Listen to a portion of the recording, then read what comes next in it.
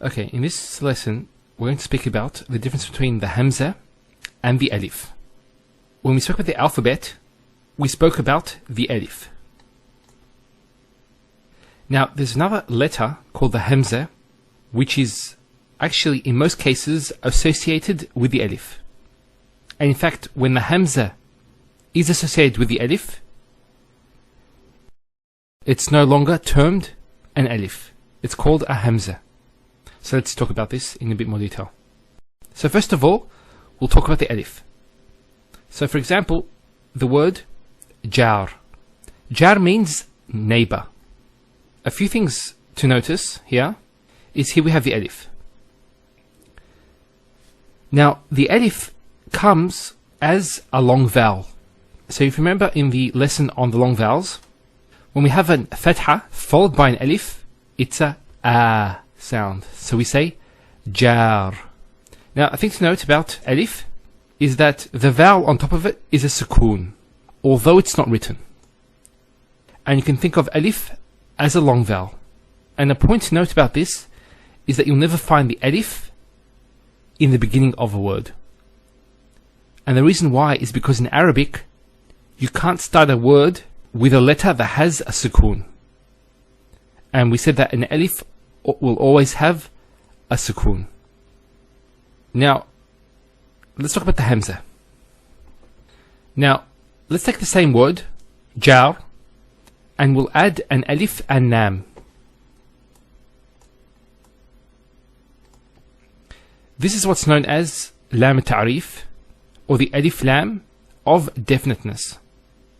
When you add this to it, you make it definite, the neighbor. Now if you notice, there's an Alif here. Remember we said that an Alif can never be at the beginning of a word. So you wouldn't be surprised to know that this is not actually an Alif. It's actually a Hamza. So we pronounce this as Al-Jar.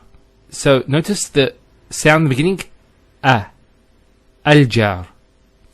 That a sound, which in English is called a glottal stop, a, is actually the Hamza. It's not the Alif. So some other examples of this is we have here at, ut, it. So here a, u, I.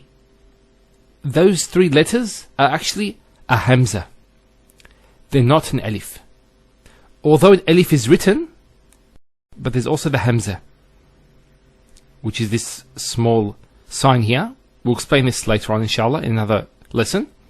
So that a, u, I sound is a Hamza. And a Hamza can also have a sukoon, similar to the Alif. For example, the word mu'min. Mu'min means a believer. Now here, the Hamza is on a waw. It's not on an Alif. But we'll explain this in another lesson, inshallah. But the point is, this is a Hamza, and it has a sukoon on it. So, mu'. Now let's assume there was actually a fatha rather than a sukoon. So let's just take this off and put a fatha. How would we pronounce this? It will be mu'min. Inshallah, in the next lessons, we'll explain the two types of Hamzas. Wa sallallahu Muhammad wa ala alihi wa sahbihi wa sallam.